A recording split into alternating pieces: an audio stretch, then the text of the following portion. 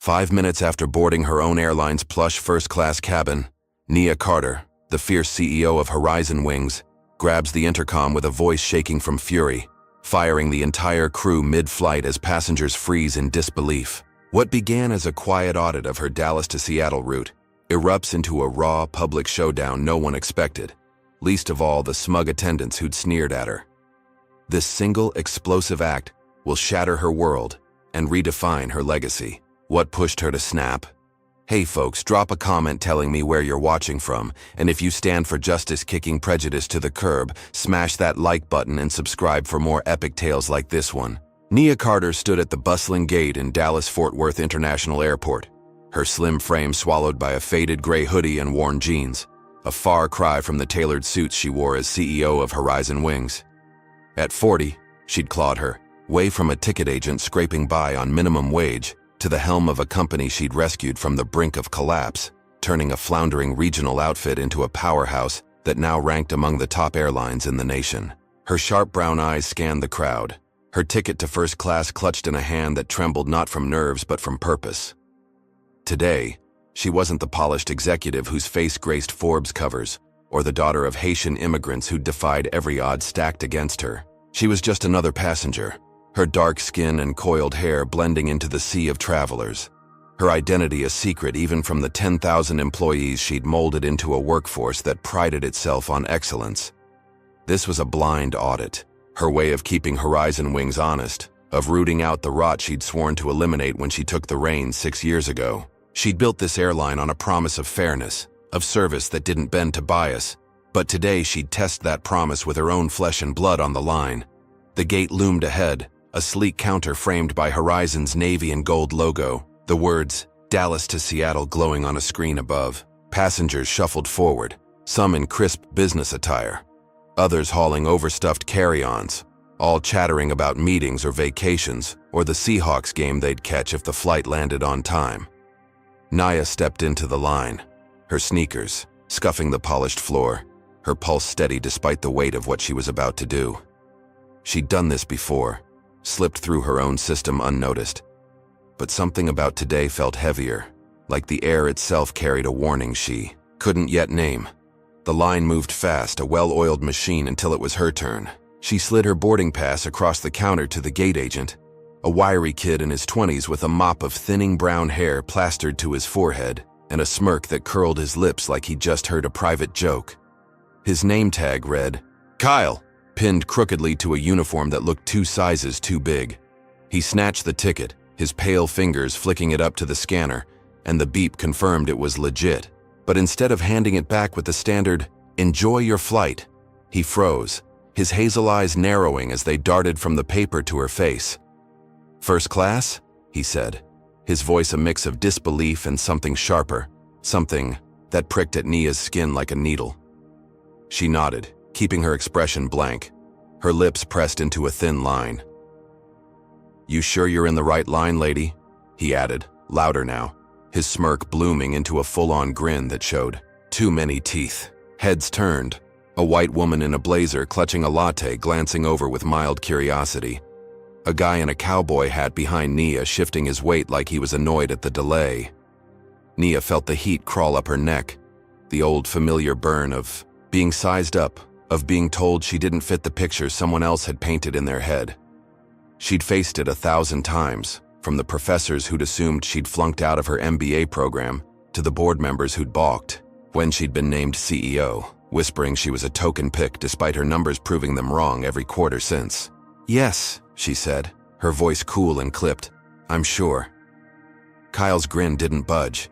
He tilted his head, studying her like she was a puzzle he didn't care to solve, then flicked his gaze back to the ticket. "Huh," he grunted, dragging the word out as he scanned it again, slower this time like he was hunting for a flaw. The machine beeped once more, green light flashing, but he didn't move to hand it back. Instead, he leaned forward, elbows on the counter, his breath smelling faintly of spearmint gum as he locked eyes with her. "This says first class, but can I see some ID?" His tone was casual, but the edge in it cut deep, a blade wrapped in velvet. Nia's jaw tightened, her fingers curling into fists inside her hoodie pockets. She'd watched the last 5 passengers breeze through, all white, all clutching first-class tickets, and not one had been asked for anything beyond their boarding pass. The woman with the latte had flashed a smile and gotten a "welcome aboard" without a second glance. The cowboy hat guy had grumbled about the coffee cart being closed, and Kyle had chuckled like they were old pals. But here she was, standing under a spotlight she hadn't asked for. Her right to be there questioned because her skin didn't match some unspoken checklist Kyle carried in his head. She pulled her driver's license from her wallet, sliding it across the counter with a deliberate calm that belied the storm brewing in her chest. Kyle snatched it up, holding it next to the ticket, his brows shooting up as he read her name. "Nia Carter," he said, almost to himself, then flicked his eyes back to her, searching her face like he was waiting for her to crack and admit it was a fake. He didn't know he was staring at the woman who'd signed his last paycheck, the one who'd approved the budget for the very gate he stood behind. To him, she was just another black woman who'd somehow stumbled into a space he didn't think she belonged in. "Like the CEO," he snorted, a laugh bubbling up as he handed the ID back, his fingers brushing hers just long enough to feel like a challenge. "Funny coincidence, huh?" Nia took the license, tucking it away as she met his gaze, her own eyes hard and unyielding. "Yeah," she said, her voice low. "Funny." She grabbed her ticket and turned toward the jet bridge, her steps measured, her mind already racing with notes she'd jot down the second she sat down. Kyle's smirk lingered in her peripheral vision, a taeau she could still hear it, sharp and mocking as she moved away, the sound echoing in her ears like a taunt. This wasn't the first time she'd been singled out, but it hit different coming from her own airline, the company she'd poured her soul into transforming over the past 6 years. She'd taken Horizon from a sinking ship, drowning in debt, and customer complaints, to a fleet of 100 planes soaring across the country, posting record profits and glowing reviews. At 40, she'd become a symbol of what hard work and brilliance could achieve, a black woman leading an industry ruled by pale faces and old money. Her parents had come from Haiti with nothing but a suitcase and a dream, and she'd built an empire from their grit and her own relentless drive. She'd earned an MBA while working night shifts as a flight attendant, her hands raw from cleaning tray tables, her mind sharp from textbooks she'd read by flashlight. Now, she was the youngest CEO in Horizon's history, a name whispered, with respect in boardrooms and feared by competitors. But to Kyle, she was just a question mark, a body that didn't fit his narrow little world. As she walked down the jet bridge, the rubbery smell of jet fuel mixing with the hum of distant engines, she pulled a small notebook from her pocket, flipping it open to a fresh page. Her pen scratched fast, ink bleeding into the paper as she wrote, "Gate Agent Kyle, Dallas, 8:47 a.m. Demanded ID for first-class ticket, not required of prior passengers." Smirked, questioned legitimacy. She underlined legitimacy twice, the word burning in her gut. This wasn't just a petty slight. It was a crack in the foundation she'd built, a reminder that no matter how high she climbed, some people would always see her as an outsider. She'd faced subtle bias before, the sidelong glances on red-eye flights, the surprise in voices when she introduced herself as the boss. But this was her airline, her rules, her people, and it stung like salt in a fresh wound. She tucked the notebook away, her resolve hardening as she stepped onto the plane, the cabin air cool against her flushed skin. Kyle thought he'd gotten away with a cheap jab, a little power trip to flex his gate agent ego. He had no idea he'd just lit the fuse on a bomb that would blow his world apart. Nia settled into her seat, the plush leather creaking under her. "Wait," and let her eyes drift shut for a moment, replaying his smirk, his words, the way he'd leaned in like he owned the place. She'd spent years proving she belonged, and now she'd make damn sure her own house was in order. This audit wasn't just a checkup anymore, it was personal. Nia Carter stood at the edge of the jet bridge, her sneakers rooted to the rubber-matted floor as the line of passengers dwindled ahead of her, their voices a low buzz against the hum of the plane's engines warming up outside. Her boarding pass, still warm from Kyle's sweaty grip, felt like a live wire in her hand, the ink smudged where his thumb had pressed too hard. She'd handed over her ID moments ago, watching his hazel eyes squint at the name, Nia Carter. Like it. was some kind of riddle he couldn't crack. Now he held the license up to the dim light of the gate's overhead bulb, tilting it back and forth as if he could peel back a forgery with his stare alone. "Nia Carter?"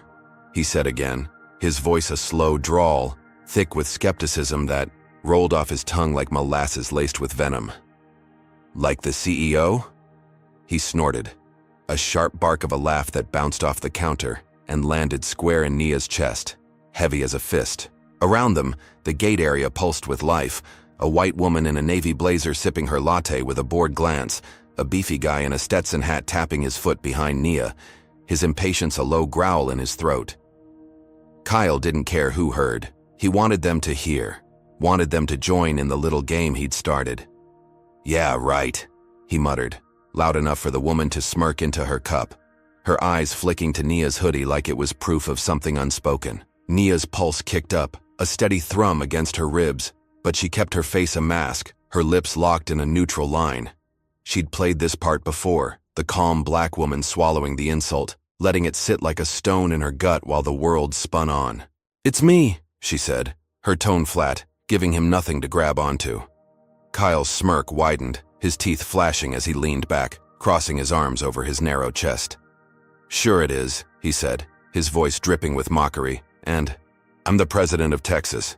The cowboy hat guy chuckled, a low rumble. And Nia felt the heat climb her neck again, hotter this time, sharper, like a blade scraping her skin. She'd built Horizon Wings from a pile of debt and broken planes into a fleet that soared across 40 states, a company that had doubled its revenue under her watch, and yet here she was, reduced to a punchline by a gate agent who probably couldn't spell CEO without a cheat sheet. Kyle handed her ID back, his fingers lingering just long enough to make it a taunt. But before she could take a step toward the jet bridge, he raised a hand, signaling her to stop.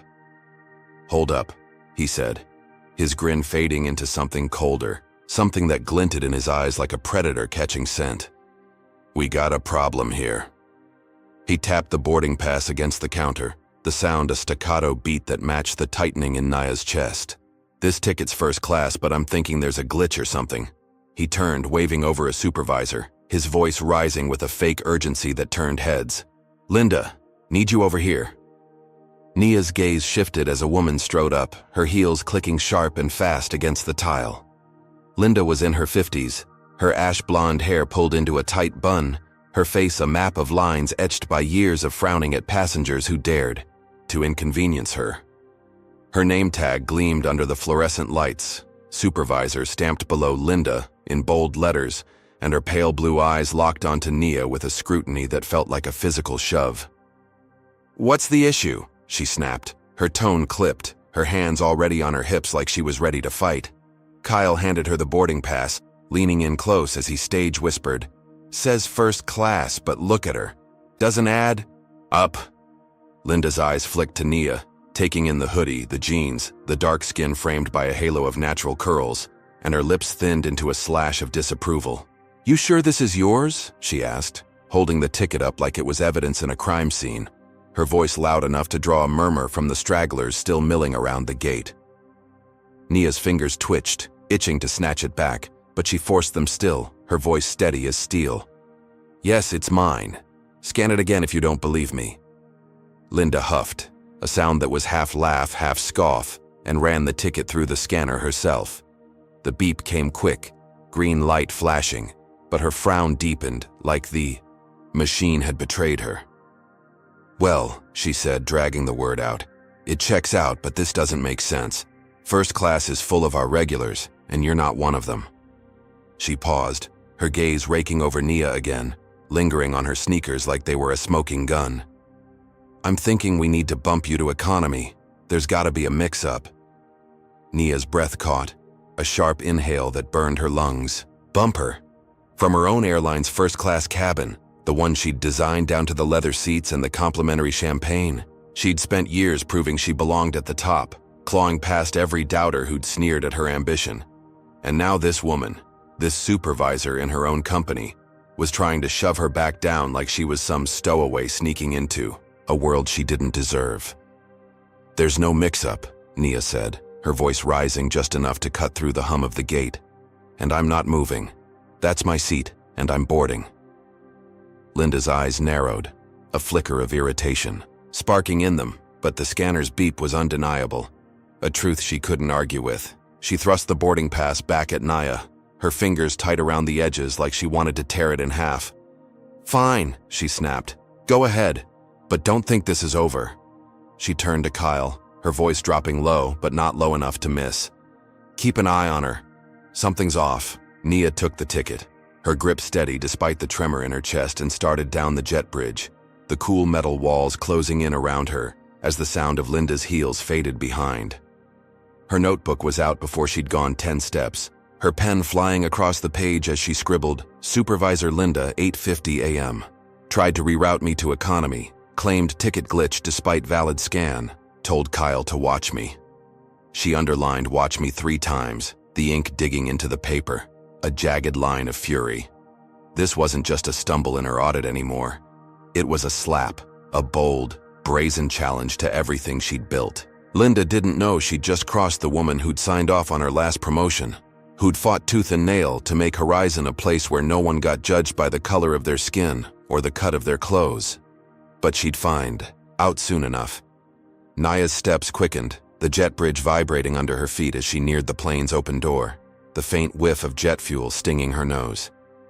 She'd won this round, forced them to let her through, but Linda's parting shot hung in the air like a storm cloud ready to burst. Keep an eye on her. What did they think she was going to do? Steal the silverware? Start a riot over the in-flight peanuts? She almost laughed, a bitter sound that caught in her throat, but the weight of it all pressed down harder. This was her airline, her dream, and they were treating her like an intruder in her own house. She stepped onto the plane, the cabin air hitting her like a cold slap, and glanced back one last time. Kyle was still at the gate, his smirk gone, his eyes tracking her through the glass like a hunter sizing up prey. She turned away, her resolve hardening into something unbreakable. They thought they could push her around, test her, treat her like she didn't belong. They had no idea who they were messing with. "Hey, real quick, what do you think about this? Comment number 1 if you're raging at Kyle and Linda for doubting Nia's place, or number 2 if you think she should have called them out right then and there. Drop a like if you're rooting for Nia to flip the script, and hit subscribe to catch how she takes this fight to the sky. Tell me, folks, have you ever been judged like that just for showing up? Now, what's going to happen when Nia steps into that first-class cabin? Will the crew roll out the red carpet, or are they about to dig her an even deeper hole? Nia Carter sank into the plush leather of Seat 1A, the first-class cabin of Horizon Wings Boeing 737, stretching out before her like a promise she'd written herself 6 years ago when she'd greenlit the redesign. The seats were wide, the armrests gleamed with polished wood, and a faint citrus scent hung in the air from the diffusers she'd insisted on installing to make every flight feel like an escape. She'd built this space for comfort, for excellence, a reward for passengers who paid top dollar to soar above the clouds. Now, it was her battleground. She tucked her small canvas bag under the seat ahead, her movements deliberate, her sharp brown eyes scanning the cabin as it filled. A white guy in a pinstripe suit settled into 1B across the aisle, loosening his tie with a sigh, his silver hair catching the overhead light. A middle-aged woman in a cashmere sweater took 2A, her pearls clicking softly as she adjusted her neck. Pillow. 2 tech bros in hoodies sprawled into 3A and 3B, already tapping at their laptops, their voices a low hum about some startup pitch in Seattle. All white, all breezing in with the ease of people who'd never had to prove they belonged here. Nia pulled her hoodie closer, her curls brushing her shoulders, and waited. She'd boarded despite Kyle and Linda's gateside stunt. Her victory, a quiet one, but the weight of their suspicion clung to her like damp fog. She flipped open her notebook, pen poised, ready to log every move the crew made. This audit wasn't just about numbers anymore. It was about whether the empire she'd forged actually lived up to the values she'd etched into its bones. The cabin door thudded shut, and the lead flight attendant stepped into view, a woman whose presence seemed to suck the warmth from the air. Brenda was a lanky figure in her late 40s, her auburn hair scraped back into a bun so tight it pulled. Her skin taut, her uniform crisp but somehow menacing like a soldier's fatigues. 20 years at Horizon, Nia knew from personnel files she'd skimmed last month. a veteran who'd weathered the airline's lean years and bragged about it to anyone who'd listen. Her name tag glinted under the recessed lights, and her thin lips curved into a practiced smile that didn't touch her gray eyes as she moved down the aisle. She stopped at 1B first, her voice softening into a syrupy drawl. "Welcome aboard, sir. Champagne before takeoff?" The silver-haired guy, Tom, nodded with a grunt, and Brenda handed him a flute, the bubbles catching the light as she draped a warm towel over his armrest with a flourish. "Let me know if you need anything," she added, her smile widening, like they were sharing a secret. Nia watched, her pen still, as Brenda moved to the Pearl Lady in 2A, offering the same champagne, the same towel, her hands swift and attentive. The tech bros got a grin and a "you boys behaving today" that drew a laugh, their drinks poured before they'd even asked. Every stop was a performance, a little dance of service that Nia had trained her crews to perfect. But when Brenda reached 1A, she didn't stop. She breezed past Nia like she was a ghost, her heels clicking a steady rhythm as she headed for the galley. Not a glance, not a word. Nia's chest tightened, a slow burn spreading under her ribs. She leaned forward, her voice polite but firm, cutting through the cabin's hum. "Excuse me, could I have a glass of water, please?" Brenda froze mid-step, her shoulders stiffening, then turned slowly, her smile still plastered on but nowhere near her eyes, which narrowed as they locked onto Nia. "We're busy," she said, her tone sharp enough to slice. "Wait till takeoff." She spun away, her bun bobbing as she disappeared behind the curtain, leaving Nia with nothing but the echo of her dismissal. Tom sipped his champagne, oblivious, the Pearl Lady dabbed, her face with her towel, and the tech bros clinked their glasses, their laughter a dull roar in Nia's ears. She leaned back, her pen scratching fast across the notebook. Lead F.A. Brenda, 9:02 a.m. Ignored water request, served others pre-takeoff drinks and towels, snapped to wait. She underlined snapped once, her grip tight enough to dent the page. This wasn't oversight. This was a choice, a line drawn in the sand with Nia on the wrong side. The plane jolted as it taxied, the engines growling to life, and Brenda reappeared, her smile back in place as she checked on Tom again, refilling his glass without him asking. "Anything else, sir?" she purred, her voice a velvet glove over an iron fist. Tom waved her off, and she moved on, her eyes sliding past Nia like she was a smudge on the window. Nia's pulse quickened, her mind racing back to the gate, to Kyle's smirk, Linda's whisper. This wasn't random. It was a pattern, a quiet rebellion against her presence in a space they'd decided she didn't fit. She glanced at Tom, catching him watching her now, his brow furrowed like he was trying to figure out why she'd spoken up. She gave him a tight nod, keeping her cool, but inside, the burn was spreading, licking at her resolve. The plane lifted, off, the ground falling away as the cabin tilted, and Brenda returned with a tray of warm towels, her hands deft as she handed one to Tom, then the Pearl Lady, then the tech bros, each move smooth and rehearsed. Nia waited, her breath shallow, but Brenda passed her again, her stride unbroken, her silence louder than the engines outside. Nia's pen hovered, then stabbed the page. 9:15 a.m. Brenda distributed towels, skipped me entirely. She looked up just in time to catch Brenda leaning toward Jake, a younger attendant with a buzz cut and a nervous grin, their heads close as they whispered near the galley curtain. Nia's ears strained, catching fragments over the cabin noise. Entitled upgrades. Doesn't know her place. Brenda's voice was low, venomous, and Jake's snicker followed, quick and sharp, like a match striking flint. Nia's stomach twisted, a cold knot forming as the words sank in. Upgrades. She'd paid for this seat, fought for it past Kyle and Linda, and now Brenda was spinning a story that painted her as some freeloader crashing their precious first-class party. The plane leveled off, the seatbelt sign blinking off with a soft chime, and Nia unclenched her fists, her nails leaving crescent marks in her palms.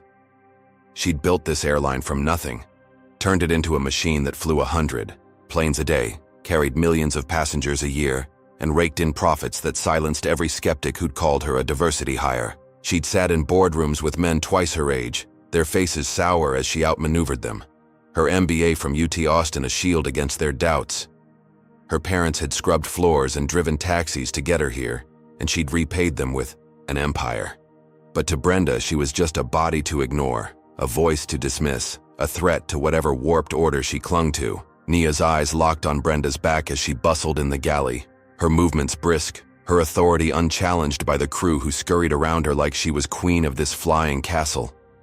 Nia could have called her out, could have stood up and demanded the water, the towel, the respect she'd earned 1,000 times over, but she didn't. Not yet.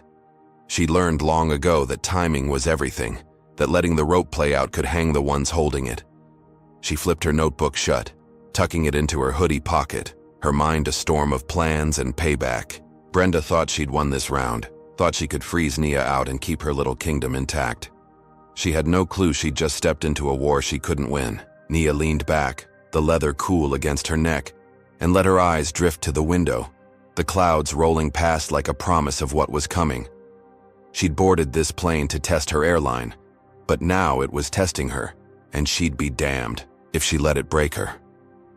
Brenda's whisper echoed in her head, "Doesn't know her place," and a grim smile tugged at Nia's lips. Oh, she knew her place. It was at the top, and she'd make sure every last one of them remembered it. Nia Carter sat rigid in seat 1A, the hum of the Horizon Wings 737 at 35,000 feet, a steady pulse beneath her feet. The cabin lights dimmed to a soft glow that did nothing to ease the fire smoldering in her chest. The plane had leveled, off 20 minutes ago, the clouds outside a thick white blanket rolling past her window. But inside, the air crackled with a tension only she seemed to feel. Her notebook lay open on her lap, the pen in her hand trembling slightly as she scratched another line. 9:35 a.m. Meal service begins.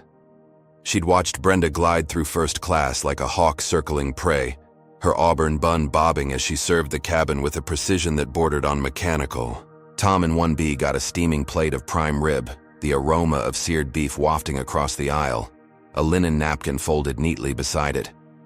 The Pearl Lady in 2A beamed as Brenda set down a matching dish. Her, "Oh, this looks divine," met with a nod and a murmured, "Only the best for you."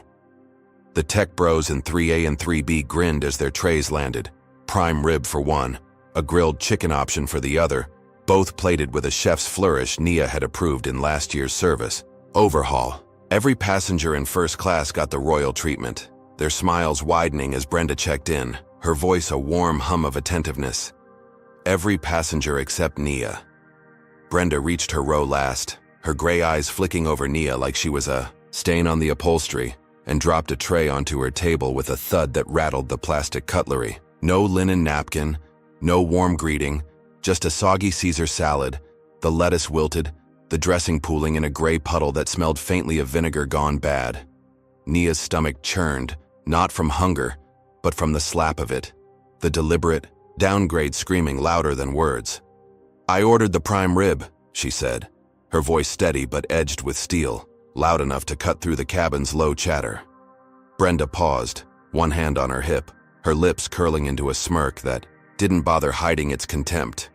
"We're out," she said, her tone flat, final, like she was daring Nia to push back. "The salmon's good, though. You'll live." She turned to walk away, her heels clicking a dismissive rhythm, but Nia's hand shot up, stopping her cold. "You're not out," Nia said, nodding toward Tom's plate, the prime rib glistening. Under the light, a bite already missing. He got it. So did she. She jerked her chin at the Pearl Lady, who glanced over with a flicker of unease. Brenda's smirk faltered, just for a second, then hardened into something uglier. "Must have miscounted," she said, shrugging like it was nothing, her eyes daring Nia to make a scene.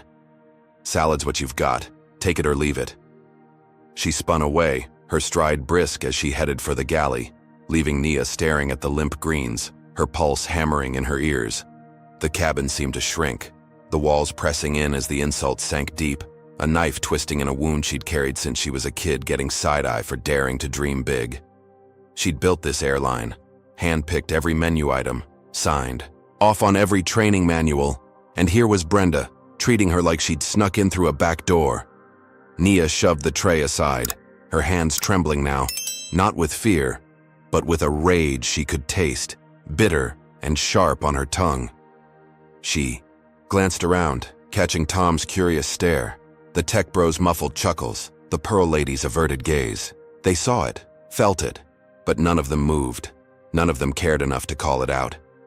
She was alone in this, just like she'd been alone climbing every rung to the top. Enough.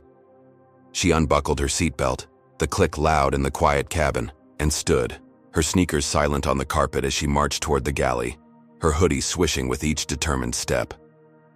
The curtain parted, revealing Brenda and Jake, the buzz-cut attendant from earlier, leaning close over a tray of coffee, cups, their voices a low hiss. "People who don't belong up here," Brenda was saying, her words a venomous jab that hit Nia square in the gut. Jake snickered, a quick, nervous sound, nodding like a kid eager to please. "Yeah, acting like she owns the place," he, muttered, pouring cream into a cup meant for someone else, someone who fit their mold.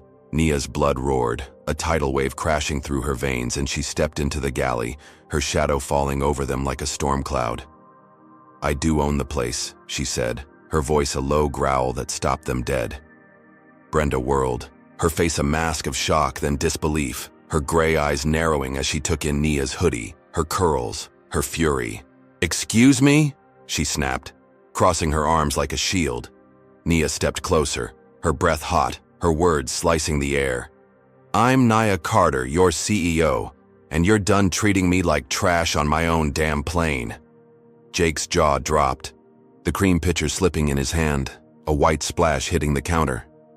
Brenda blinked, then laughed, a harsh barking sound that echoed off the galley walls. "Nice try," she said, her smirk back sharper now.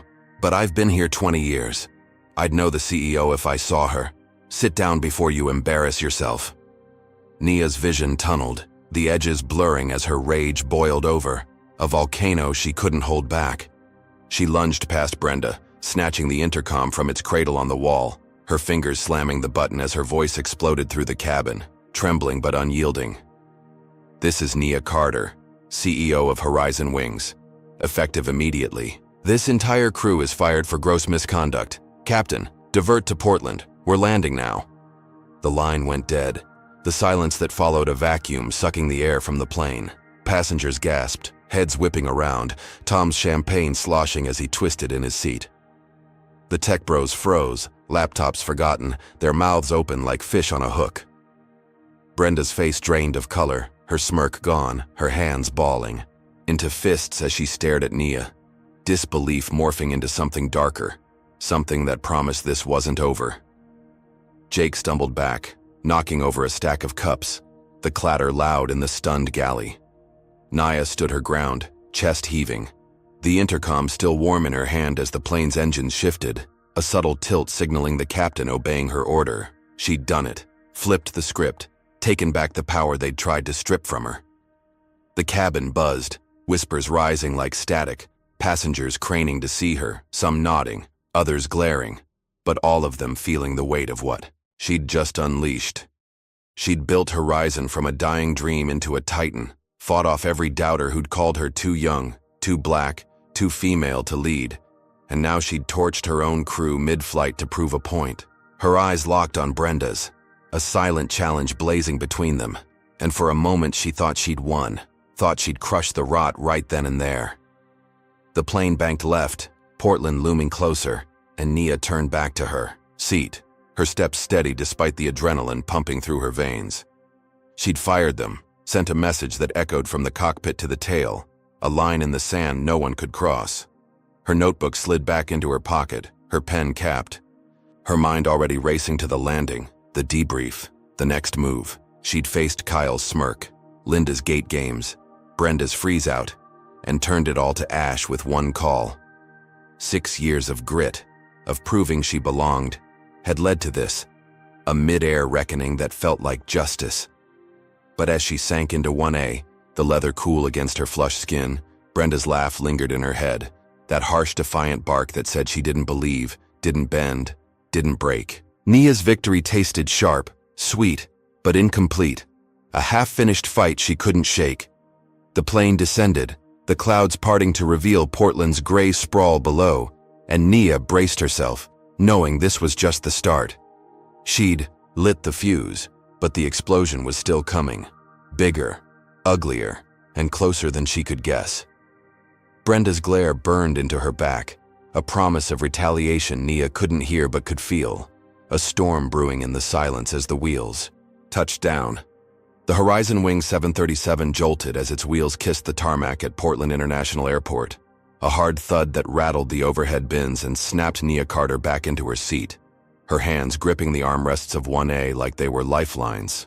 The cabin erupted, a cacophony of gasps and shouts bouncing off the walls as the plane screeched to a stop, brakes screaming against the runway's wet asphalt. Passengers unbuckled, twisting in their seats, some cheering Nia's mid-flight takedown, like she'd just scored a touchdown, others hissing curses under their breath, their faces twisted with annoyance at the detour. Tom in 1B clutched his half-spilled champagne, his silver hair wild, muttering, "Well, damn," while the tech bros in 3A and 3B whooped, one yelling, "That's how you handle it." Nia's chest heaved, her breath ragged, the intercom still, a phantom weight in her palm from 5 minutes ago when she'd fired the crew mid-air, her voice a thunderclap that had flipped this flight upside down. The captain's announcement crackled through the speakers, calm but clipped. "Folks, we've made an unscheduled landing in Portland per the CEO's directive. Please remain seated."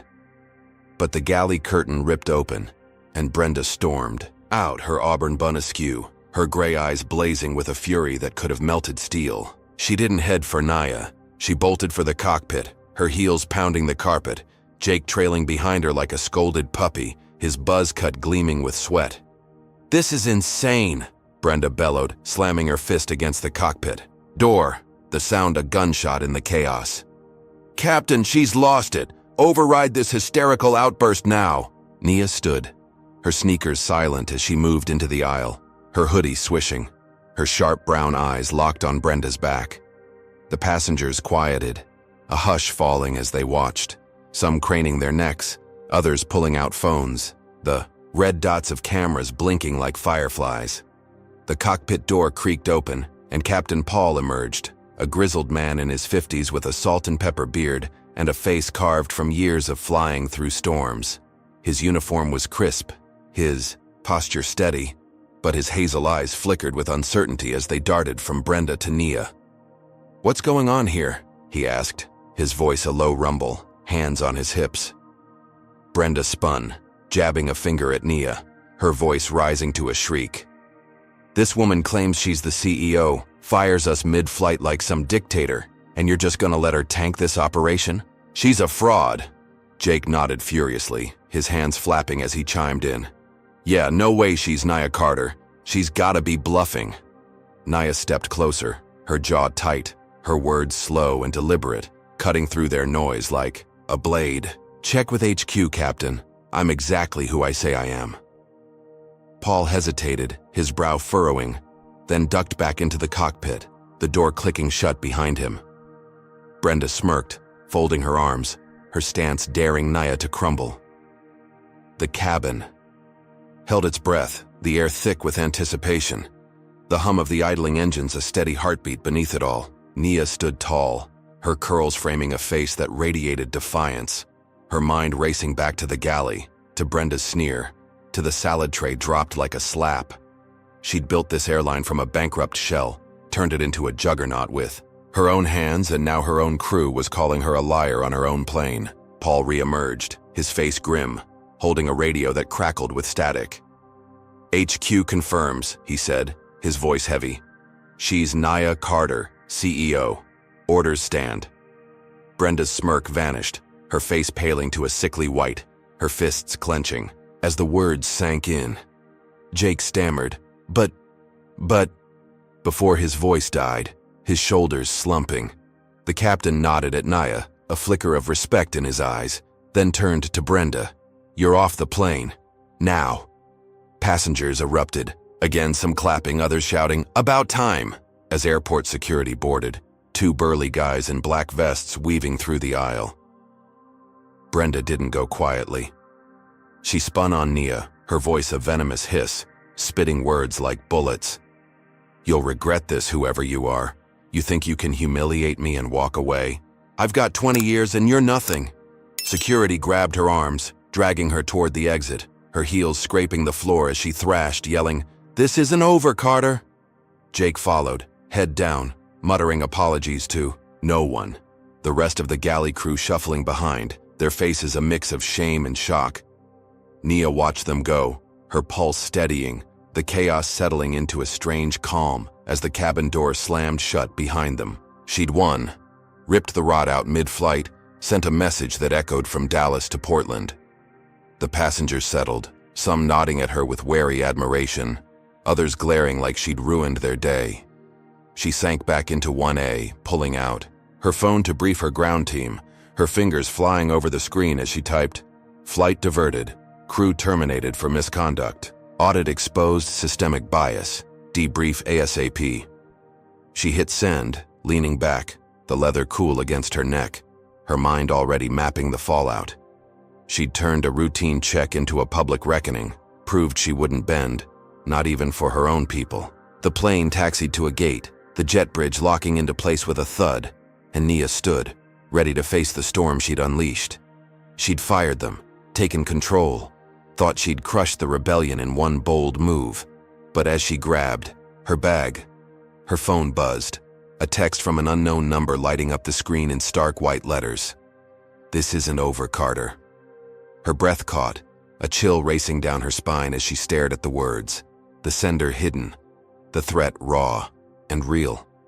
She'd won the battle, sent Brenda packing, but that hiss, that promise of revenge, lingered like smoke after a fire. The cabin emptied, passengers streaming past, some whispering her name, others avoiding her gaze. But Nia stood frozen, the text glowing in her hand. She'd built Horizon Wings on fairness, on excellence, fought off every doubter who'd said a black woman couldn't run an airline, and now, mid-flight, she'd burned her own crew to prove it. 6 years of grit, of late nights and impossible odds, had led to this, a victory that felt like a fist raised to the sky. But that text, those 5 words, punched a hole in it, a warning she couldn't ignore. She tucked the phone away, her resolve hardening as she stepped off the plane, the Portland air sharp and cold against her skin. Brenda's scream echoed in her head. "You'll regret this." And now this message, a shadow moving just out of sight. Nia had thought she'd ended it, thought she'd cut the head off the snake, but something bigger was coiling, ready to strike. Hey folks, what do you think about Nia's move? Comment number 1 if you're cheering her for kicking Brenda to the curb, or number 2 if you think she went too far and should have kept it cool. Drop a like if you're hooked on this fight for justice, and hit subscribe to see how deep this rabbit hole goes. Tell me, have you ever had to stand up like that and shut down the haters? Now, here's the real kicker. Who's behind that creepy text? Is Brenda plotting from the shadows? Or has Nia just poked a beast she can't yet see? Nia Carter strode into the Horizon Wings headquarters in Dallas, the glass doors hissing shut behind her as she crossed the polished marble lobby, her sneakers squeaking against the floor, a stark contrast to the click of heels from execs bustling past. The Portland landing was 6 hours behind her, the plane's diverted carcass now a ghost in her mind. But that text, "This isn't over, Carter," still burned in her pocket, a live coal she couldn't shake. She'd flown back on a red-eye, her hoodie swapped for a crisp blazer, her curls tamed into a low bun, every inch the CEO she'd fought to become. The building hummed with morning energy, staff darting between cubicles, the faint clatter of keyboards mixing with the buzz of phones. But the air felt heavier today, charged with something she couldn't name. She'd called an emergency meeting with her executive team, expecting a war room of support after the mid-flight firing, a united front to tackle the rot she'd exposed. She'd built this place from a sinking ship into a titan, and they'd stood by her through every storm. Or so she thought. The boardroom loomed ahead, a sleek rectangle of glass and steel, the Dallas skyline sprawling beyond floor-to-ceiling windows, a gray haze of heat shimmering over the city. Nia pushed the door open, her sharp brown eyes sweeping the table as her team settled, their faces a mix of curiosity and unease. Marcus, her CFO, a wiry black man with a goatee and a knack for numbers, nodded from the far end, his tablet glowing with data. Letitia, VP of HR, sat beside him, her braids coiled high, her expression unreadable behind gold-rimmed glasses. But it was Greg Hensley, her COO, who caught her off guard. 55, white, broad-shouldered with a buzz of gray hair. He'd been with Horizon since its puddle jumper days, a relic of the old guard she'd kept on for his operational grit. His blue eyes met hers, cool and distant, his hands folded like he was waiting for something to break.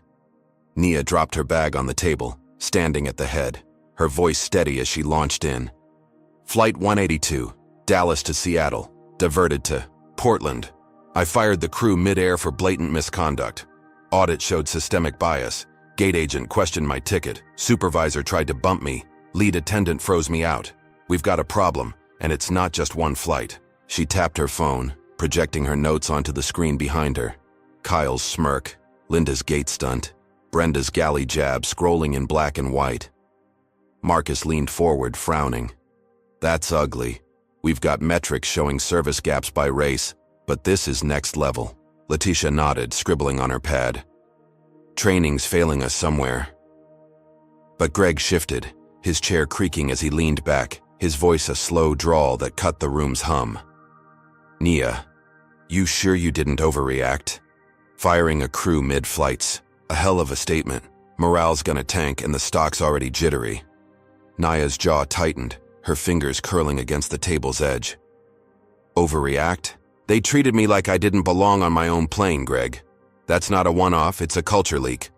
We fix it hard, or it festers. He shrugged, his lips thinning.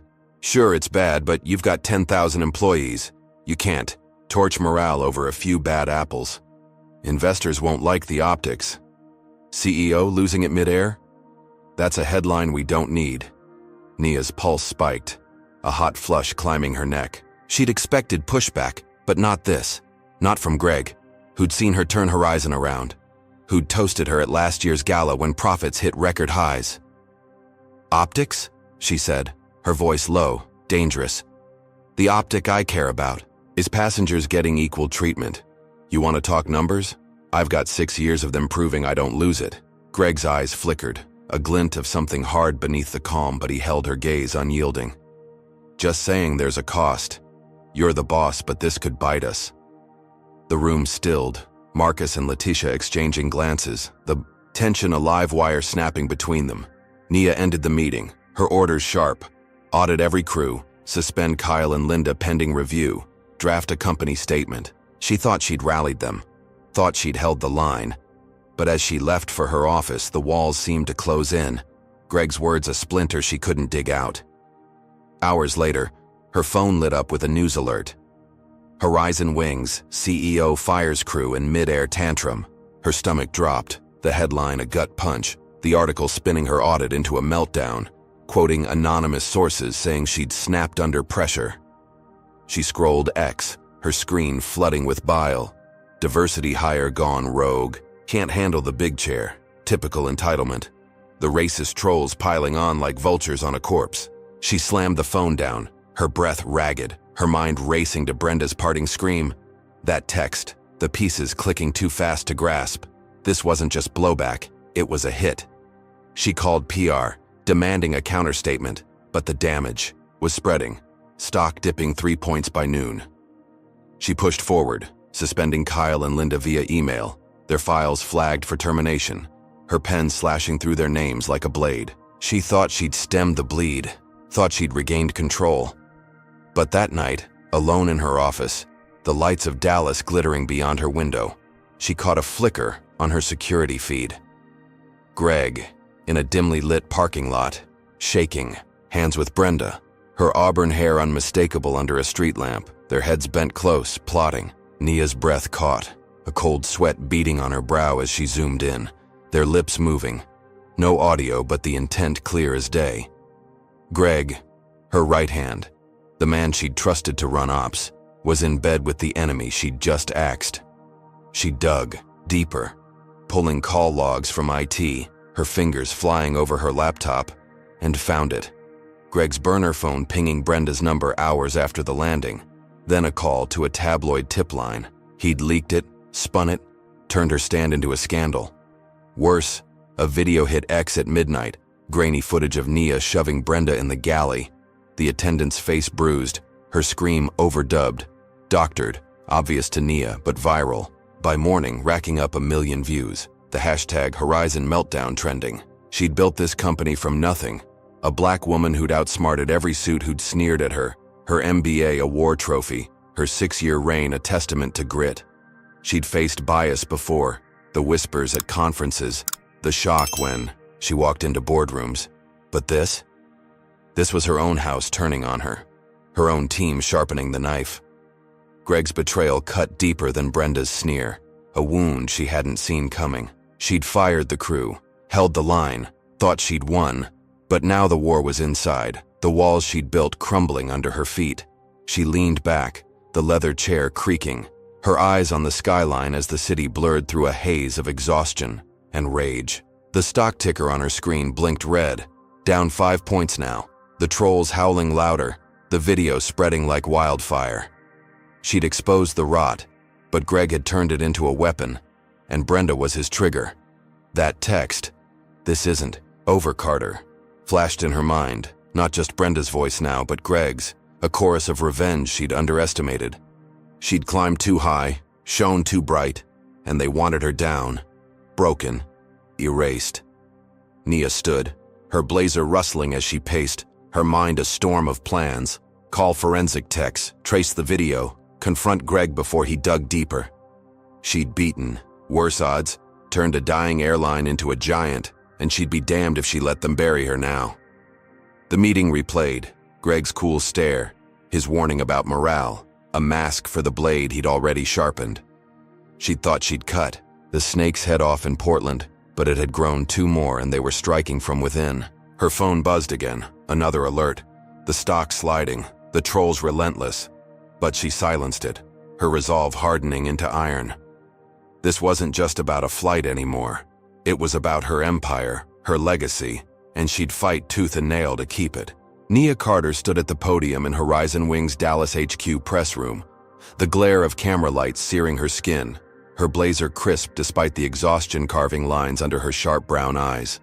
24 hours had passed since the Horizon meltdown. Video hit X. 1 million views morphing into 5 million, the fake footage of her shoving Brenda looping endlessly online, the trolls feasting on her name like it was carrion. She'd barely slept, her office a war zone of laptops and coffee cups, her team scrambling to counter the smear Greg had unleashed. Now, she faced the press, her voice steady as she sliced through the chaos. "The video is a fabrication," she said, her words a hammer striking steel. "Forensic analysis proves it. Timestamps don't match, audio's overdubbed, the bruise is CGI. This is a targeted attack on Horizon Wings, and we're fighting back." Behind her, a screen flashed, the evidence, graphs, and pixel breakdowns her tech crew had pulled all night, irrefutable proof she'd never touched Brenda. Reporters scribbled, cameras whirred, and for a moment, Nia felt the tide shift, the room's energy tilting her way. Stock alerts pinged on her phone, up 2 points since dawn, a fragile recovery, but a win. She'd built this company from a bankrupt wreck, defied every doubter who'd called her a token, and she'd be damned if she let a lie bury her now. The questions came fast. Who's behind it? Any suspects? Legal action? And she answered with precision, her MBA honed, mind a blade cutting through the noise. "We're investigating," she said, "and those responsible will face consequences." She stepped off the stage, her sneakers silent on the carpet, her chest lighter than it had been since Portland. She'd turned it around, snatched victory from the jaws of Greg's betrayal, and as she headed for the elevator, Marcus caught her elbow, his goatee twitching with a rare grin. "You nailed it, Nia. Social's flipping. People see the truth." She nodded, a flicker of relief warming her gut. But the elevator doors hadn't even closed when her phone buzzed again, an unknown number flashing. She ignored it, assuming another troll, and stepped into her hotel suite an hour later, the Dallas skyline a muted glow beyond the window.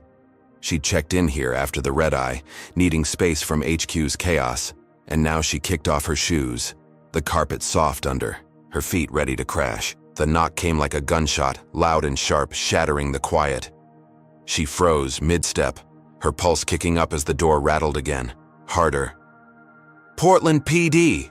Open up, Carter!"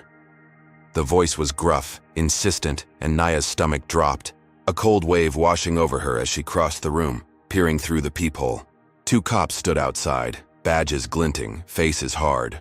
One a stocky white guy with a buzz cut, the other a taller black officer, his jaw tight, both in uniforms that screamed authority.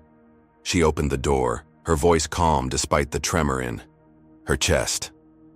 "What's this about?" The stocky cop stepped forward, his hand on his belt, his blue eyes cold as ice. "Nia Carter, you're under arrest for assaulting Brenda Mitchell on Flight 182. Hands where we can see him." Nia's breath caught, a laugh bubbling up bitter and incredulous. "Assault? I just proved that video's fake. This is a joke, right?" The black cop's gaze flickered, a shadow of doubt crossing his face, but his partner shoved past, cuffing her wrists with a click that echoed in the suite. "Sworn affidavit. From Jake Ellis, and a passenger says otherwise. Photo evidence too. You're coming with us." They dragged her out, her blazer sleeve catching on the doorframe, the hallway a blur of beige walls and stunned hotel staff gawking as she stumbled. Barefoot behind them. Downstairs, a squad car waited, lights flashing, reporters already swarming, their shouts a roar. "Nia, why'd you do it? Is Horizon finished?" As the cops shoved her into the back seat, the door slamming shut like a coffin lid. At the station, they tossed a grainy photo on the table, Brenda's face bruised, her eye swollen shut, a timestamp claiming it was snapped post-flight. Nia stared, her mind racing, the image a crude edit, the lighting off, the bruise too perfect. But Jake's affidavit sat beside it, his scrawl claiming she'd snapped and hit Brenda in the galley, a passenger in 2B backing it up with a shaky signature. "This is bullshit," Nia said, her voice a low growl. "You've got my press conference, the forensics. They're lying." The stocky cop smirked, leaning back in his chair. "Tell it to the judge." Her lawyer, a wiry woman named Claire, with a steel-trap mind, got her out on bail by midnight, the station's fluorescent buzz fading as Nia stepped into the cool Portland night, her wrists raw from the cuffs. Claire's car idled curbside, and Nia sank in, her head pounding, the city's lights a smear through the window. "They bribed someone," Claire said, her voice tight. "Passengers a plant. Jake scared or paid. This is retaliation." Nia nodded, her mind replaying Greg's parking lot handshake with Brenda. The text, the video. Pieces of a puzzle snapping together too late. She'd won the press war, thought she'd crushed the lie, but they'd hit back harder, turned her victory into a trap. Back at the hotel, her phone lit up with alerts. Horizon CEO arrested, assault charges, and a call from the board chair, Evelyn, a stern 60-year-old who'd backed Nia's rise. "Step down, Nia," Evelyn said, her voice clipped. "Pending investigation. Stock's tanking, and we can't weather this." Nia's grip tightened, her voice a razor. "I didn't do it, Evelyn. It's a setup, and I'm not quitting." Silence stretched, then a sigh. "Your call, but it's bad. Think it over." The line went dead, and Nia tossed the phone onto the bed, her breath ragged, her blazer crumpled. On the floor. She'd beaten the video, rallied her team, thought she'd turned the tide. But now she was a suspect, her empire teetering, the board turning cold. She paced, the carpet rough against her bare feet, her mind a storm of fury and plans. Trace the bribe, expose Jake, fight the charges. She'd built Horizon from nothing, a black woman who'd outsmarted every doubter, her parents' sacrifices fueling her climb, and now they'd cuffed her like a criminal in her own story. But as she sank onto the bed, a new name clicked into place. Earl Tatum, a racist sheriff she'd crossed years ago when Horizon expanded into his county, rejecting his crony contracts. Greg's old-school ties ran deep, and Earl hated her success, a black CEO thriving where he'd wanted control. She pulled her laptop, digging through old emails, finding a thread. Greg to Earl, vague but dated post-flight. "She's a problem. Handle it." Her blood chilled, the cuff sting flaring in her memory as the dots connected. She'd won the press fight, thought she'd dodged the bullet, but Greg had handed Earl the gun, and Brenda was the trigger. The arrest wasn't just revenge. It was a lynching by law, a move to break her where the video failed. Nia stood, her resolve hardening, her eyes on the skyline as dawn bled pink over Dallas. She'd faced worse: bankruptcy threats, boardroom coups, racist slurs at industry galas, and come out swinging every time. 6 years of grit, of proving she belonged, had led to this, a fight she hadn't seen coming but wouldn't back down from. The charges were fake, the photo a lie, but the board's ultimatum hung like a noose, and Earl's shadow loomed larger than Greg's betrayal. She'd thought Portland was the end, thought firing Brenda was the win, but this was war now. And they'd drawn first blood. Her phone buzzed again, stock down 8 points, the trolls louder. But she silenced it, her mind a blade sharpening for the next move. She'd beat this, expose them, take her company back. They'd cuffed her, but they hadn't broken her. Not yet. Nia Carter stood in the Portland courthouse, the air thick with the scent of polished wood and stale coffee, her blazer crisp over a white blouse, her sneakers swapped for low heels that clicked against the tile as she followed Claire, her lawyer, into the arraignment room. 3 days had passed since the Portland PD cuffed her in her hotel suite, the fake assault charges a noose tightening around her neck, the doctored photo of Brenda's bruised face a lie she'd sworn to shred. The press conference had been her lifeline, the forensic proof a shield, and now she was here to bury it for good. Her sharp brown eyes scanned the room, the judge's bench looming ahead, a grizzled man in black robes shuffling papers, the prosecutor, a wiry white guy with a smirk that matched Kyle's gateside grin. Jake sat in the witness box, his buzz cut damp with sweat, his hands fidgeting as he avoided her gaze. The gallery buzzed, reporters cramming the back, their pens poised, the weight of Horizon Wings' fate pressing down like a storm cloud. Nia took her seat, her pulse steady, Claire beside her whispering, "We've got this." Jake's story's full of holes.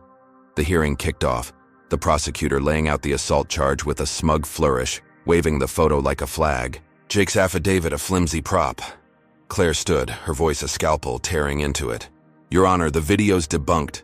Timestamps don't align, audio's fake. This photo, lighting's off, metadata's scrubbed. And Jake Ellis? Let's hear him."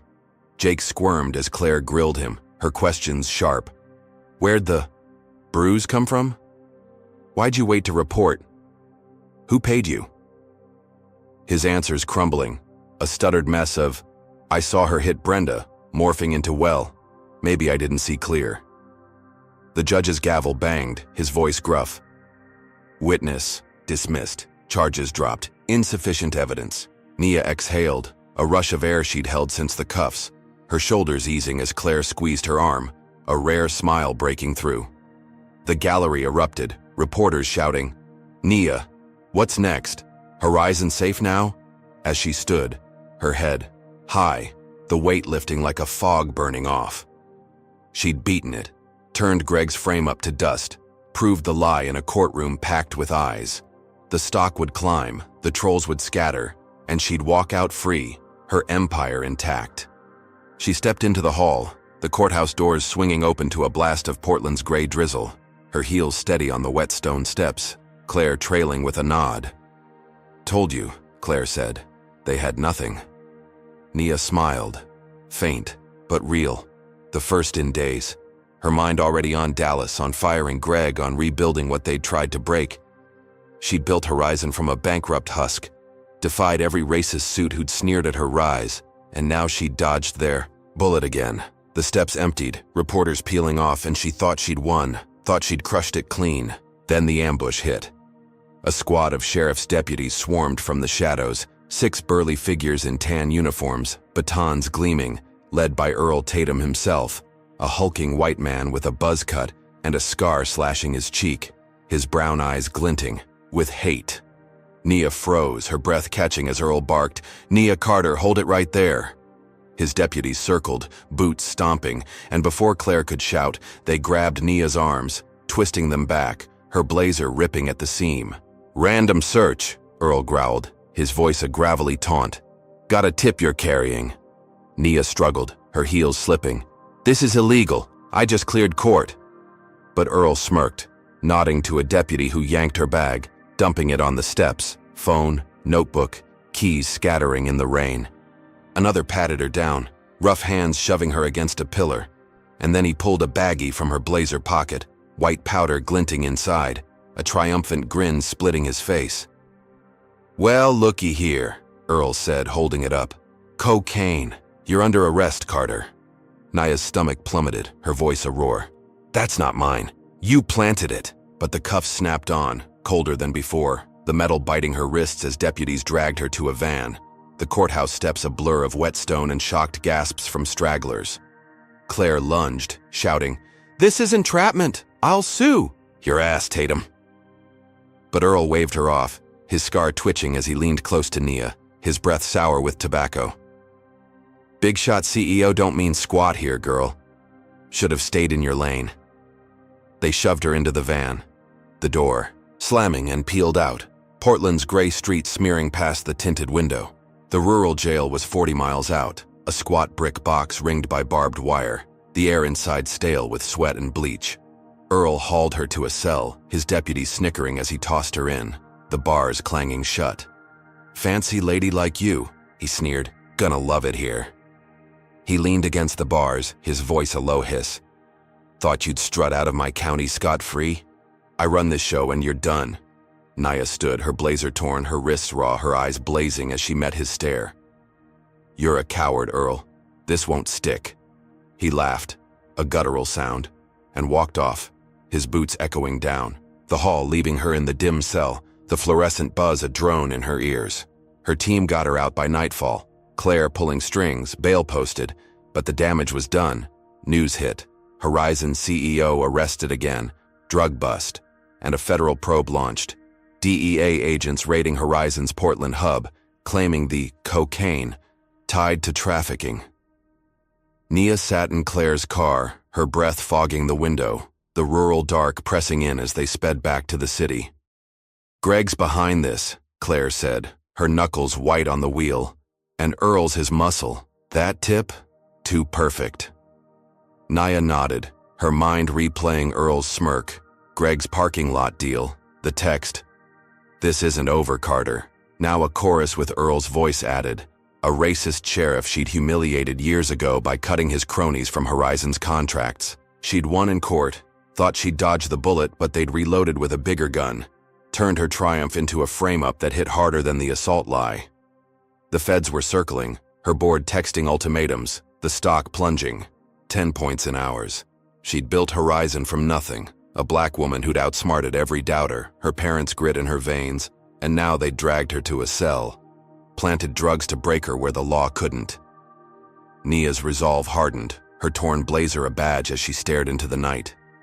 She'd beaten worse, bankruptcy, bias, betrayal, and she'd beat this, expose Earl, gut Greg, save her empire. They'd thought they'd won, thought they'd caged her, but she was still standing, still fighting, and they'd pay. Hey folks, what's your take on this twist? Comment number 1 if you're raging at Earl for framing Nia, or number 2 if you think she should have seen this ambush coming after crossing him. Drop a like if you're hooked on her fight against this dirty game, and hit subscribe to catch how she claws her way out. Ever been blindsided like that when you thought you'd won? Now buckle up. How's Nia gonna dodge the feds and strike back when her own board's turning against her?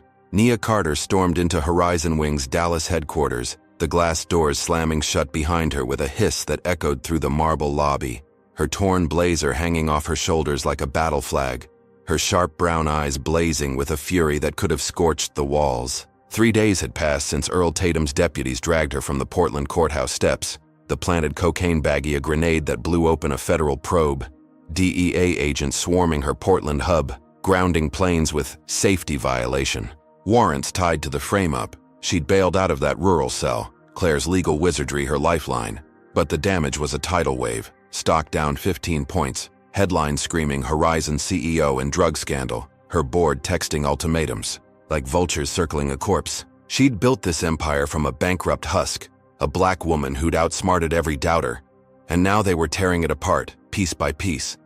She'd flown back on a red-eye, her mind a storm of plans, her heels clicking as she bypassed the elevator, taking the stairs 2 at a time to the boardroom, her breath ragged but her resolve ironclad.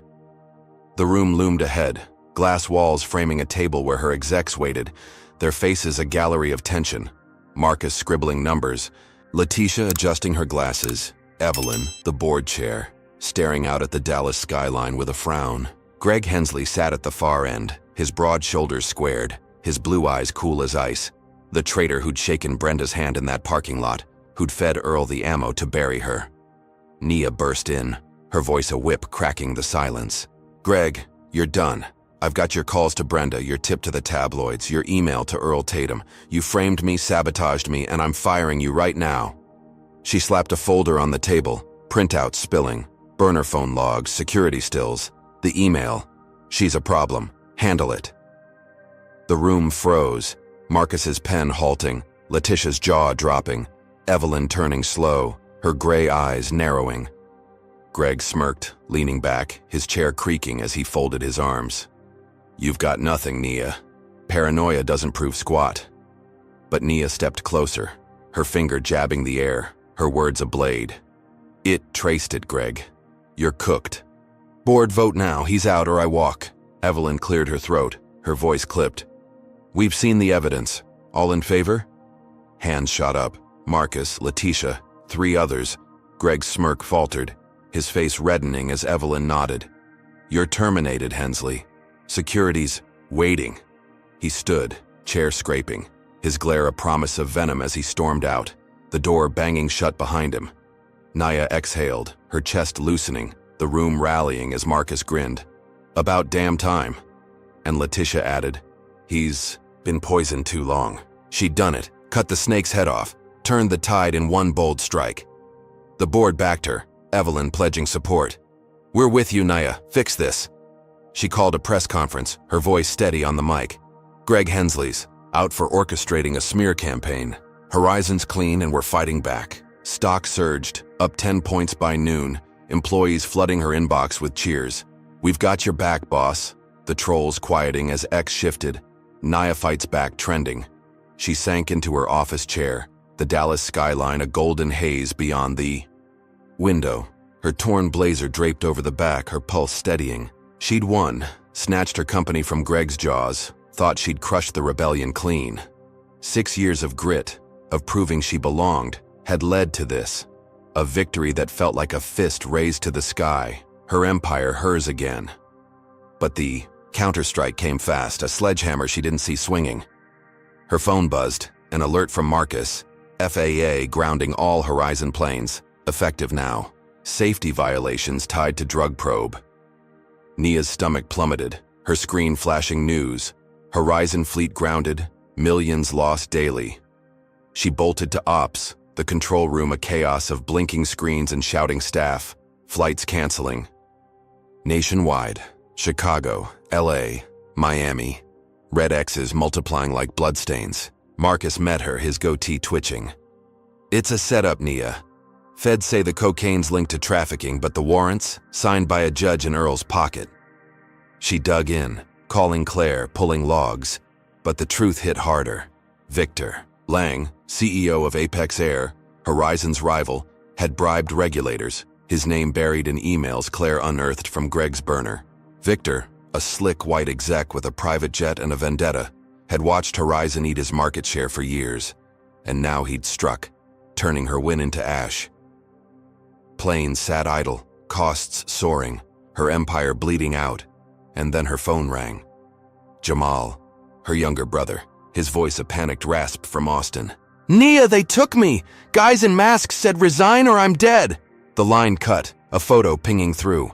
Jamal gagged, blood trickling from his temple, a note scrawled, "Step down, Carter, or he's gone." Nia's knees buckled, her breath a jagged sob as she gripped the desk, the room spinning, Marcus rushing to her side. "What's wrong?" She showed him, her voice breaking. "They've got Jamal." She'd beaten Greg, rallied the board, thought she'd won. But Victor had raised the stakes, turned her corporate coup into a personal nightmare. Her mind raced. Earl's goons, Victor's cash, a plot to gut her where she stood. She'd built Horizon from nothing, a black woman who defied every racist suit, her parents' sacrifices her fuel, And now they'd taken her brother, grounded her planes, cornered her like a rat. She'd faced bankruptcy, bias, betrayal, and come out swinging, but this was a blow she couldn't dodge. Jamal's life, her company's soul, dangling by a thread. She stood, her torn blazer slipping, her eyes burning as she stared at the photo, his terrified face a mirror of her own 6 years ago when she'd started this fight. Victor didn't just want her out. He wanted her broken, and Earl was his fist, Greg his pawn, the feds his tool. The control room buzzed, staff scrambling, but Naya's world shrank to that image, her brother's blood a call to war. She'd thought firing Greg was the end, thought she'd reclaimed her throne, but they'd hit back harder, a double strike, corporate sabotage and personal loss that dwarfed the courthouse ambush. Her phone buzzed again, stock down 20 points, the board texting, "Resign, Nia, it's over." But she silenced it, her resolve hardening into steel. She'd saved Horizon before, outsmarted every enemy, and she'd do it again, find Jamal, expose Victor, burn them all. Claire burst in, laptop open. "I've got a lead. Victor's bribes, FAA paper trail. We can fight this." Nia nodded, her voice a growl. "Get me everything. They took my brother, grounded my planes. I'm not stepping down, I'm taking them down." She'd climbed too high, shone too bright, and they wanted her erased. But she'd built this empire with her bare hands, her parents' grit in her bones, and she'd be damned if she let it fall. The grounding cost millions, Jamal's life, hung in the balance, and her victory tasted like ash, a fleeting high before the abyss opened. She paced, the skyline blurring through tears she wouldn't let fall, her mind a blade sharpening for the next move. They'd thought they'd won, thought they'd broken her, but Nia Carter didn't break. She fought, and they'd pay in blood. Nia Carter crouched in the shadows of a rotting barn 40 miles west of Portland, the night air thick with the stench of damp wood and cow dung, her torn blazer swapped for a black jacket, her sharp brown eyes glinting under a knit cap as she clutched a burner phone. 12 hours had passed since Jamal's kidnapping photo hit her screen, his bloodied face a dagger in her gut. The note, "Step down, Carter, or he's gone," a ticking clock she couldn't outrun. Victor Lang, Apex Air's CEO, had grounded her fleet, bled Horizon dry with bribes to the FAA, but taking her brother was a line she'd make him bleed for crossing. Claire's lead on Victor's paper trail had sparked hope, but a tip from a loyal Horizon pilot, Sam, lit the fuse. Jamal was here, stashed in this rural hellhole by Earl Tatum's goons. Nia had hired muscle, 3 ex-Marines in tactical gear, their faces hard as stone, weapons holstered but ready, their breaths fogging in the Oregon chill. She'd tracked the burner's ping, Sam's intel narrowing it to this barn, a sagging relic surrounded by skeletal trees, the moon a sliver casting jagged shadows. Her heels were long gone, traded for boots that sank into the mud as she signaled the team. Her voice a low hiss. "In and out. No noise till we've got him." They nodded, fanning out, and Nia led, her heart pounding a war drum as she crept to the barn's splintered door, the wood groaning under her touch. Inside, the dark was a living thing, broken only by a lantern's flicker in the back. 2 of Earl's thugs lounging on hay bales, their rifles propped like toys. Jamal slumped between them, gagged, his temple crusted with dried blood. Naya's breath caught, rage and relief colliding as she saw his chest rise, alive but battered, his brown eyes wide with fear. She nodded to the Marines, her signal sharp, and they moved like wolves, silent, swift, lethal. The first thug didn't see the fist coming, a crack to his jaw dropping him cold. The second fumbling his rifle before a boot to his chest sent him sprawling, a choked grunt echoing off the rafters. Nia rushed in, her knife slicing Jamal's gag, her hands trembling as she freed his wrists, his voice a rasp.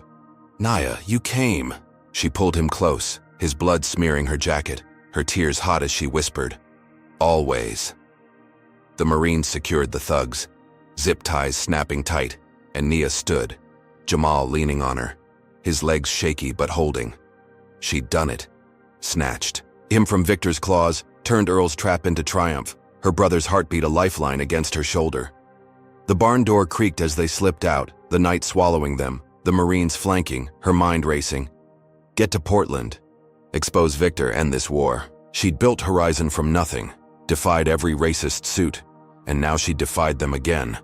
Her victory a raw, tear-streaked embrace under a cold sky. They reached the SUV hidden a quarter-mile off, Jamal collapsing into the back seat, Nia beside him, the Marines piling in, the engine roaring to life as they peeled out, gravel spitting under the tires.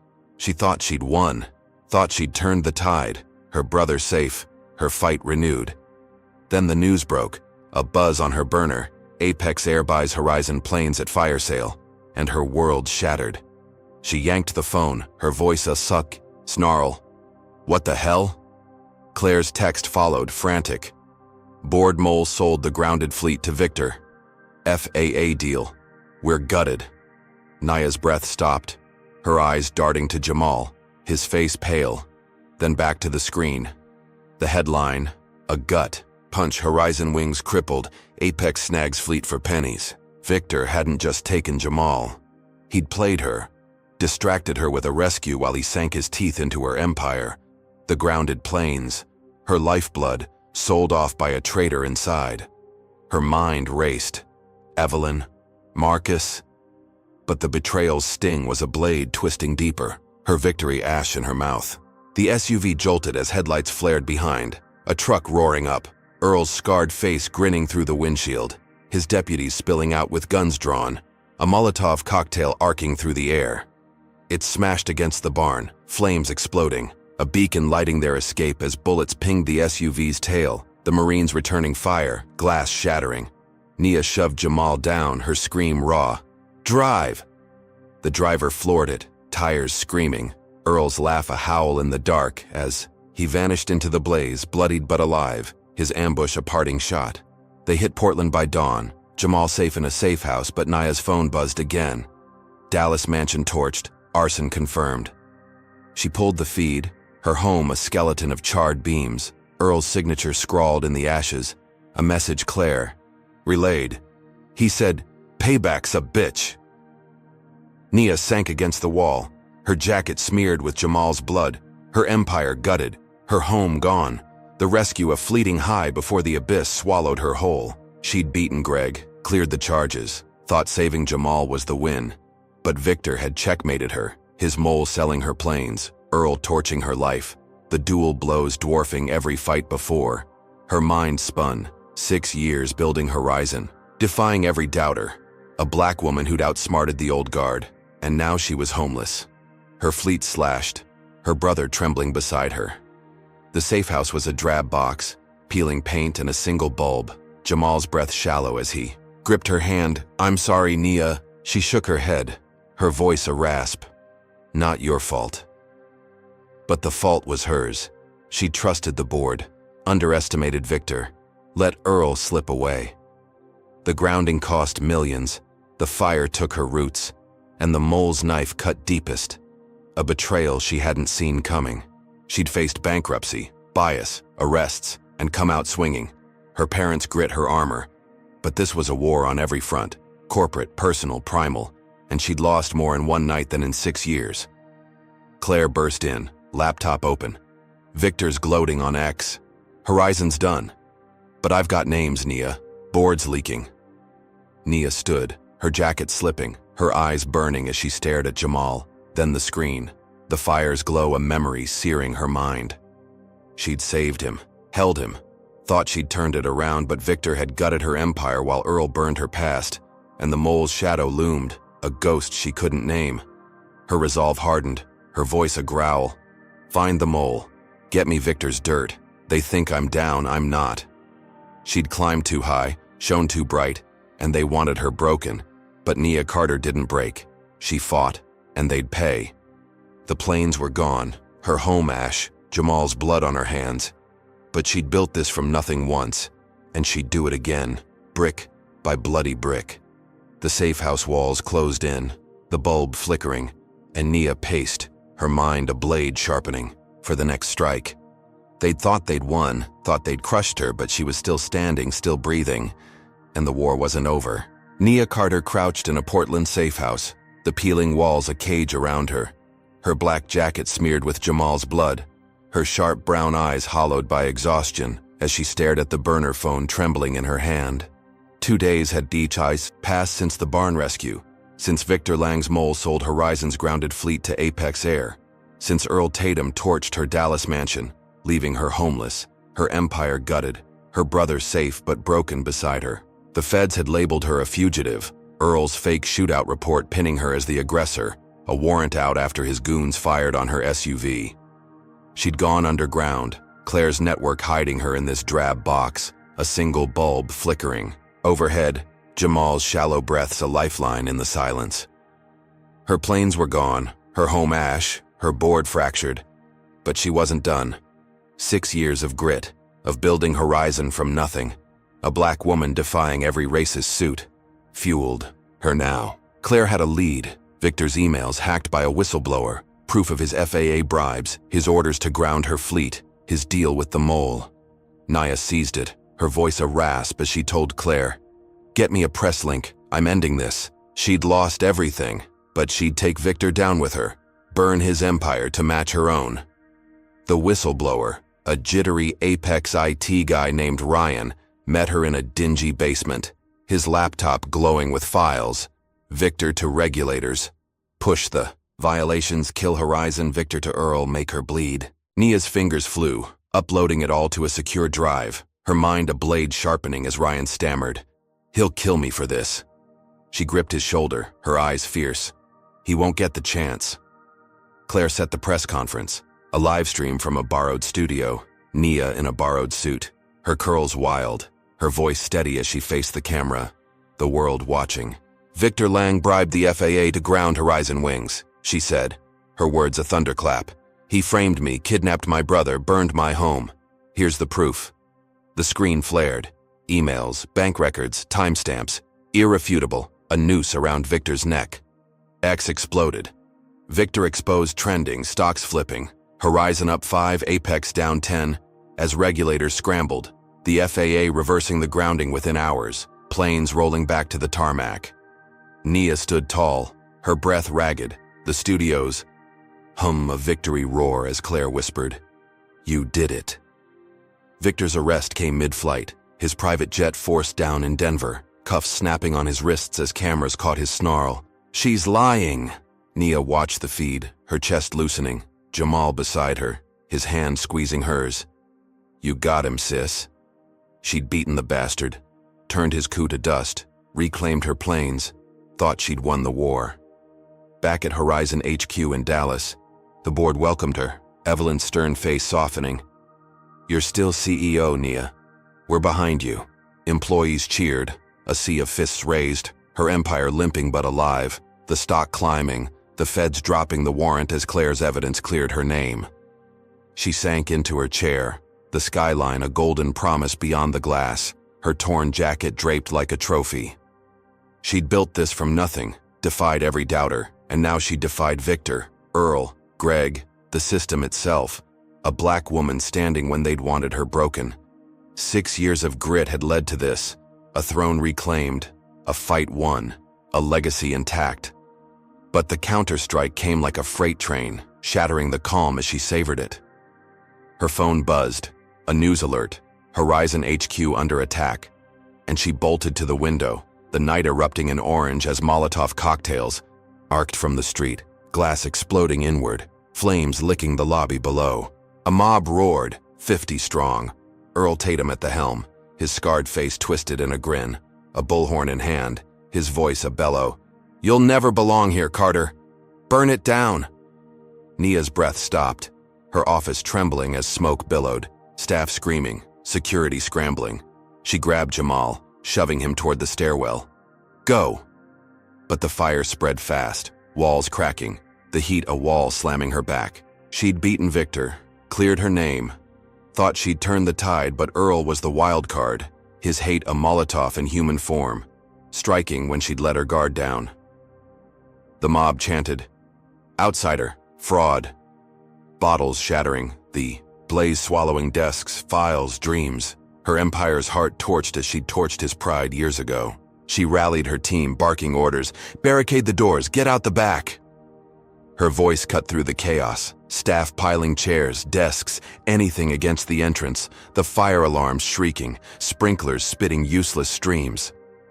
Jamal tugged her arm. "Nia, we gotta move!" But she stood firm, her eyes on the flames, her mind replaying Earl's rural jail taunt. Big shot CEO don't mean squat here. He'd lost the frame-up, lost Victor's backing, but he'd hit her where it hurt most. A final stand to prove she'd never win his world. The mob pressed, windows smashing, the heat searing her skin as she live-streamed from her phone, her face lit by firelight, her voice raw. This is what we fight every day. Hate that won't quit, cowards who'd rather burn than build. Horizons. Mine, and we won't break. The feed cut as smoke choked her. Jamal dragging her down the stairs, the Marines from the barn bursting in, guns drawn, shoving staff to safety through a rear exit. Nia stumbled out, the night air a cold slap, the HQ a roaring inferno behind her, her empire's shell crumbling as sirens wailed in the distance. She'd beaten Victor, reclaimed her planes, thought she'd won. But Earl's mob had turned her victory to ash, a physical blow dwarfing the corporate war. Her jacket hung in tatters, Jamal coughing beside her, staff huddled in the lot, their faces streaked with soot and shock. She'd built Horizon from nothing, a black woman who'd outsmarted every enemy. Her parents grit her spine, and now it burned, her throne a pyre. Earl's laugh a ghost in the flames. She'd faced bankruptcy, arrests, betrayal, and come out swinging. But this was primal. Hate in its rawest form.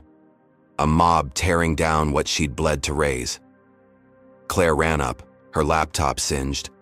Feds are coming. Victor's locked, but Earl's loose. Nia nodded, her voice a rasp. He's not done, neither am I. The fire roared, a beast eating her past, but her resolve hardened, her eyes on the blaze as it swallowed 6 years of dreams. She'd saved Jamal, gutted Victor, thought. She'd turned it around, but Earl had struck the heart, a blow she couldn't dodge. The mob scattered as lights flashed, cops closing in. But Earl vanished, his scar a promise of more, her HQ a casualty in a war she hadn't finished. She stood, her boots crunching glass, her mind a storm, rebuild, expose, fight. They'd thought they'd won, thought they'd broken her. But Nia Carter didn't break. She rose and they'd pay in ways they couldn't imagine. Nia Carter stood in the smoldering wreckage of Horizon Wings' Dallas headquarters, the night air thick with ash and the sting of gasoline. Her black jacket hanging in tatters, her sharp brown eyes reflecting the flames that devoured 6 years of her life. Earl Tatum's mob had struck hours ago, Molotov cocktails turning the lobby into a furnace, glass shattering like gunfire as his voice bellowed, "You'll never belong here." Her staff huddled in the parking lot, faces streaked with soot, Jamal beside her, his blood-crusted temple a silent scream of the war they'd survived.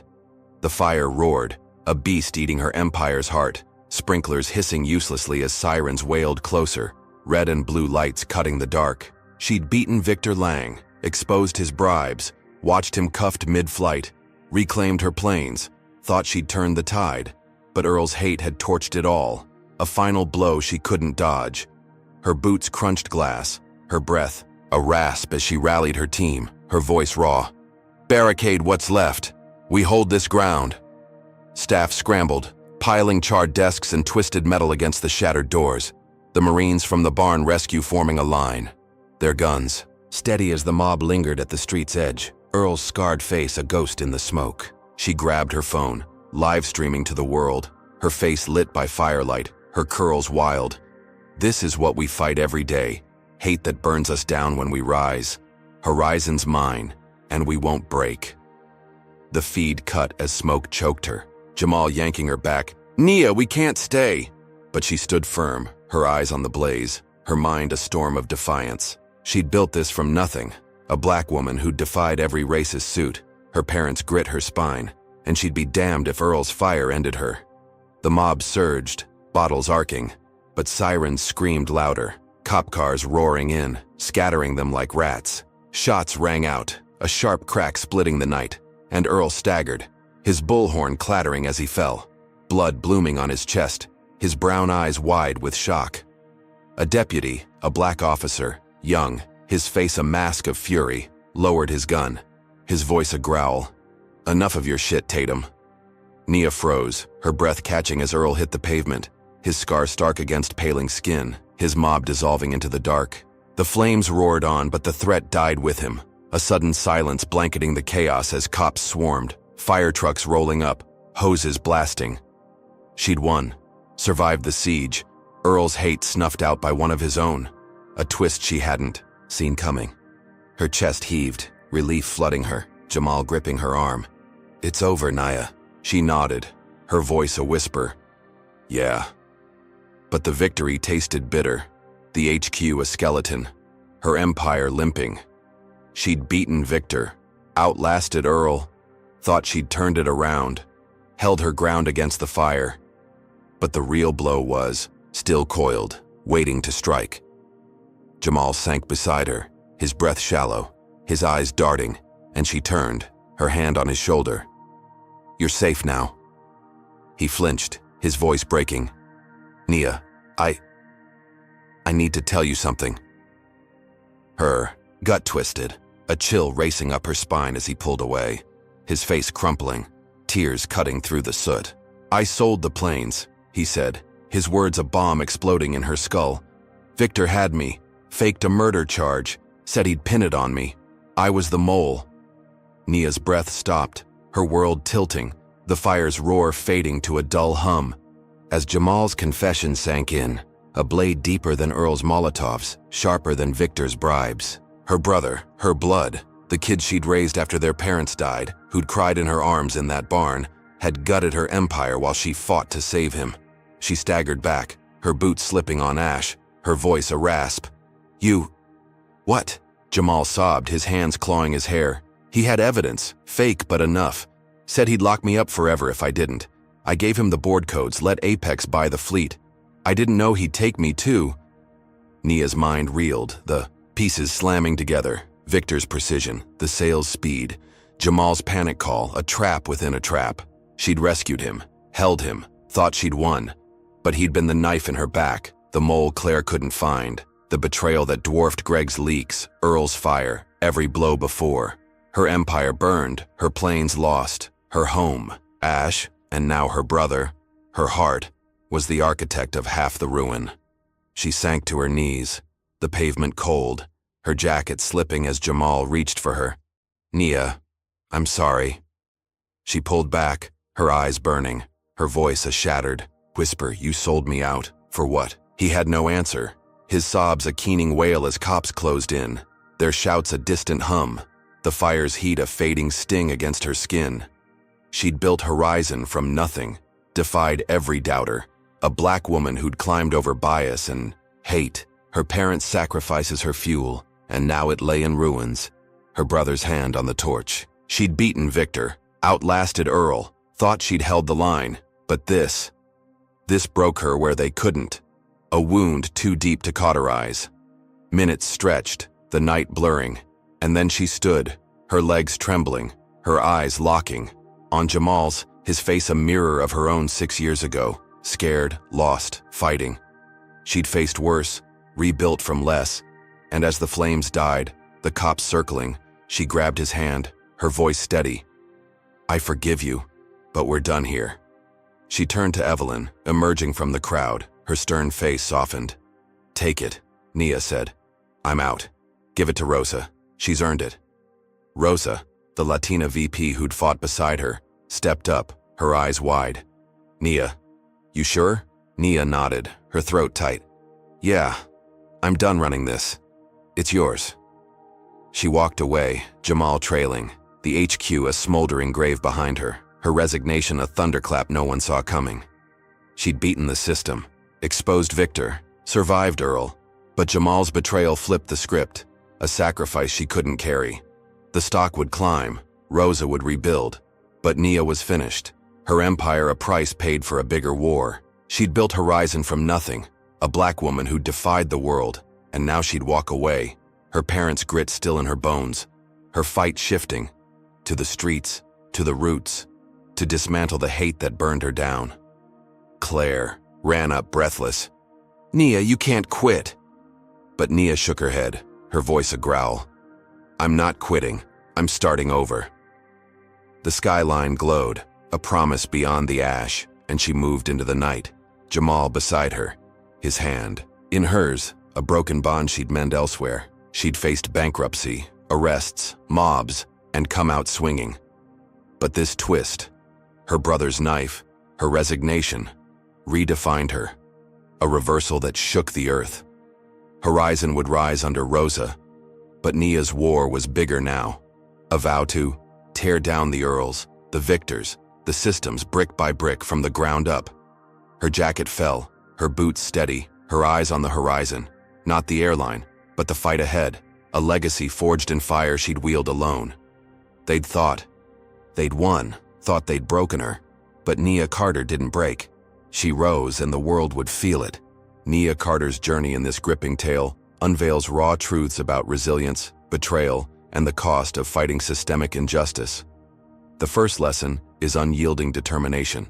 Nia built Horizon Wings from ashes, faced racism head-on, and refused to crumble under arrests, corporate sabotage, and physical attacks. Her grit shows that standing tall against hate, even when it's personal, is a power worth wielding. Yet the story also teaches the sting of misplaced trust. Jamal's betrayal as the mole who sold her fleet cuts deeper than Earl's Molotovs or Victor's bribes, revealing that enemies can hide in the ones we love most. It's a brutal reminder to guard your circle as fiercely as your dreams. Another lesson lies in sacrifice. Nia's resignation to Rosa wasn't defeat, but a strategic retreat, trading her empire to fight a broader war against prejudice from the streets up. Sometimes letting go is the ultimate victory. Finally, the tale underscores that justice is a marathon, not a sprint. Earl's death and Victor's arrest didn't erase the scars. They marked a pivot to a bigger battle. Nia's story isn't just about surviving racism. It's about rewriting the rules when the game's rigged. So, what's the takeaway? Fight like hell, trust wisely, sacrifice smartly, and never stop running toward what's right, even when the finish line shifts. Now, I'd love to hear from you. How far would you go to protect what you've built against those who'd burn it down? Drop a comment with your thoughts, hit that like button if Nia's fire lit something in you, and subscribe for more tales of defiance. Share this with someone who needs to see what real strength looks like. Thanks for joining this wild. Here's to rising from every flame, stronger every time.